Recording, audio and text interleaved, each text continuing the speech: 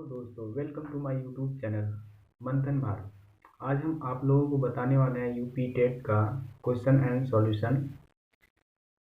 हर्षवर्धन के शासनकाल के दौरान निम्नलिखित में से कौन सी नई राजधानी थी जो थानेसर से स्थानांतरित हुई थी? इसका आंसर होगा कन्नौज। क्वेश्चन नंबर 7 का, निम्नलिखित में से किस सेना की ताकत छापामार गुरिल्ला रणनीति थी? इसका आंसर होगा मराठा। क्वेश्चन नंबर 8, हड़प्पा सभ्यता के दौरान डांसिंग गर्ल नर्तकी की कांस्य प्रतिमा बनाने के लिए तकनीकी का इस्तेमाल किया गया था। तो इसका आंसर होगा मोम लोपी ढलाई। क्वेश्चन नंबर 9, गौतम बुद्ध को ज्ञान किस नदी के तट पर प्राप्त हुआ था? इसका आंसर होगा पुनपुन। आइए देखते हैं question number 10,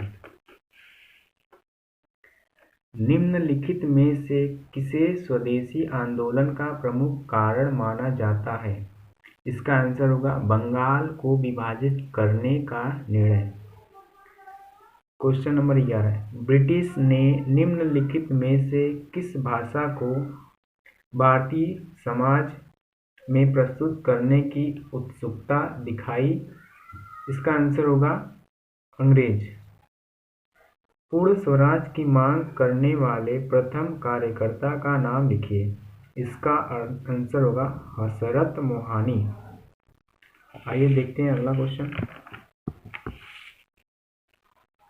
question number 13, forward block की स्थापना निम्नलिखित में से किसके द्वारा की गई थी? आंसर होगा सुभाष चंद्र बोस। खिलाफत मुद्दे को उठाने के महात्मा गांधी के निर्णय के पीछे मुख्य कारण था। इसका आंसर होगा हिंदुओं और मुसलमानों के बीच अधिक एकता लाने के लिए।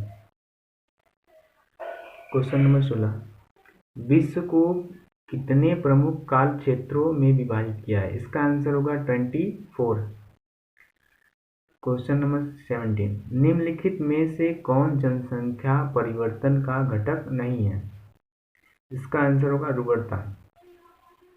लक्षद्वीप की राजधानी निम्नलिखित में से कौन सी है? इसका आंसर होगा कवरत्ती। भारत में निम्नलिखित में से किस स्थान पर दिन और रात के तापमान में व्यापक अंतर पाया जा सकता है? इसका आंसर होगा थार का मरुस्थल। अब नेक्स्ट क्वेश्चन, निम्नलिखित में से किसमें व्यक्तियों के समूह के स्वामित्व वाले व्यवसाय शामिल हैं? निजी क्षेत्र में। उस जंगल का नाम बताइए जिसे पृथ्वी ग्रह के फेफड़े के रूप में माना जाता है। अमेजन वर्षावन।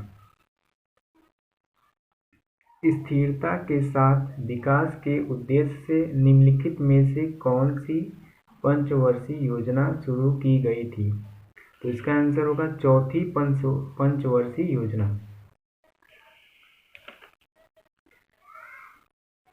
1991 में नई आर्थिक नीति NEP के तहत उदारीकरण और निजीकरण की पहल का प्राथमिक परिणाम निम्नलिखित में से कौन सा था? वैश्वीकरण। निम्नलिखित में से किसे भारत में हरित क्रांति के जनक के रूप में माना जाता है? MS स्वामीनाथन को। निम्नलिखित में से किसे अधिनियम ने बैंकों के राष्ट्रीयकरण के लिए शर्तें निर्धारित की? भारतीय रिजर्व बैंक RBI को। नेक्स्ट क्वेश्चन, भारतीय संविधान के अनुच्छेद 19 में कौन सा अधिकार शामिल है? तो इसका आंसर होगा D, वाक और अभिव्यक्ति स्वातंत्र्य का अधिकार। क्वेश्चन नंबर 28, निम्नलिखित में से कौन सी भारतीय संविधान की मुख्य विशेषता नहीं है? द्विस्तरीय सरकार।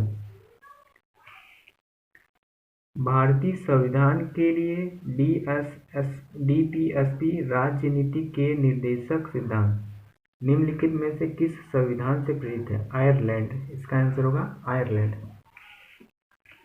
निम्नलिखित में से कौन सी एक रासायनिक अभिक्रिया नहीं है? पानी का भाप में रूपांतरण होना रासायनिक अभिक्रिया नहीं है। पायरिया निम्न में से किसका रोग है? पायरिया मसूड़ों में होता है।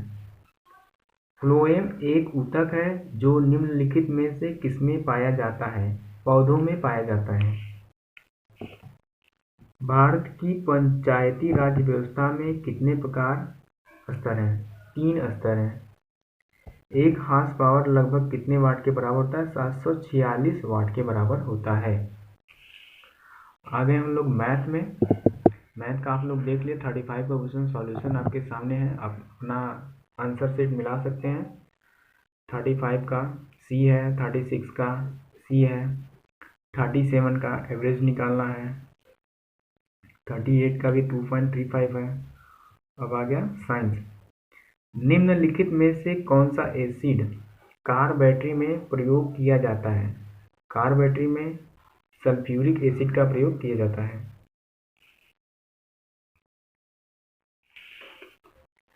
खाक में मिलना मुहावरे का अर्थ। खाक में मिलना मतलब सब कुछ नष्ट होना। अनिल का पर्यायवाची शब्द। अनिल का पर्यायवाची शब्द पवन है। गुप्त का विलोम।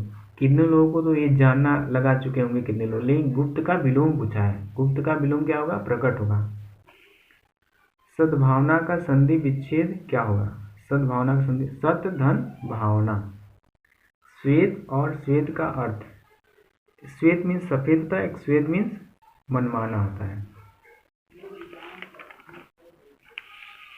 ये आ गया इंग्लिश। इंग्लिश का आप लोग तो रेड करके ही लगा लेंगे। अस्थमा है, इसका आप लोग आंसर देख लीजिए। Shopkeeper, Joy. और आगे नेक्स्ट आते हैं क्वेश्चन नंबर 52। 6:10 पर घड़ी की घंटे की सुई और मिनट की सुई के बीच का कोण ज्ञात कीजिए। इसका आंसर 125 डिग्री होगा। इसका एक फार्मूला होता है, उसके अकॉर्डिंग इसको सॉल्व किया जाता है। Question number 53। यदि ए को 26 के रूप में कोडित किया जाता है, बी को 25 के रूप में कोडित किया जाता है, सी को 24 के रूप में कोडित किया जाता है और जेड को 1 के रूप में कोडित किया जाता है, तो मोबाइल के लिए कोड खोजें। तो मोबाइल के लिए कोड होगा 141225181522। Question number 54। द अनामलाइड रेड टेल नाम की डैमजल फ्लाई की एक नई प्रजाति की खोज किस राज्य में हुई?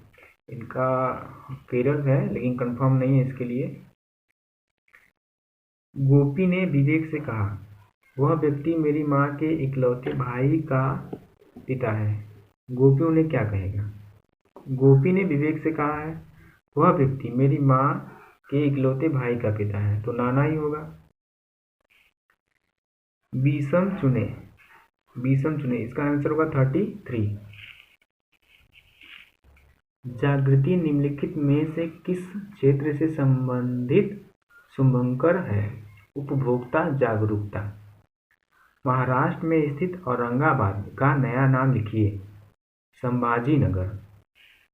भारतीय पारंपरिक विज्ञान पर किस देश के सर्वदलीय संसदीय समूह को आयुर्वेद रत्न पुरस्कार से सम्मानित किया गया? यूके को। Next question. हिमाचल प्रदेश में 21 दिवसीय संयुक्त अभ्यास वज्रप्रहार 2022 किन देशों के बीच संपन्न हुआ? भारत और संयुक्त राज्य अमेरिका।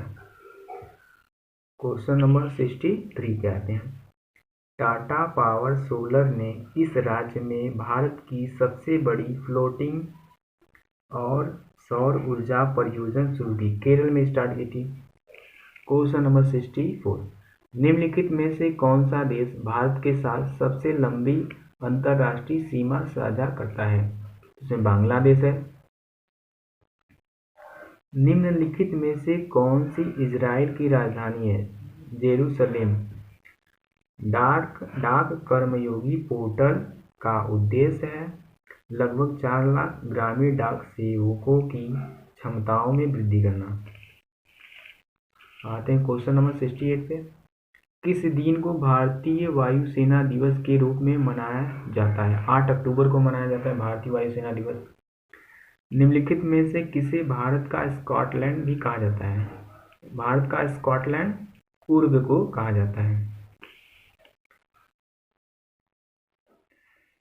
कला मथुरा से स्टेसिलिंग की पारंपरिक कला है। सांझी। निम्नलिखित में से 2014 में बनाया गया भारत का 29वां राज्य कौन सा था? तेलंगाना था 29वां राज्य। निम्नलिखित में से किस राज्य में विधान परिषद है? कर्नाटक में। Question number 74। वॉलीबॉल निम्नलिखित में से किस देश का राष्ट्रीय खेल है? नेपाल का है। निम्नलिखित में से किस व्यक्ति ने प्रसिद्ध पुस्तक the story of my experiment with truth लिखी है? महात्मा गांधी ने लिखी है।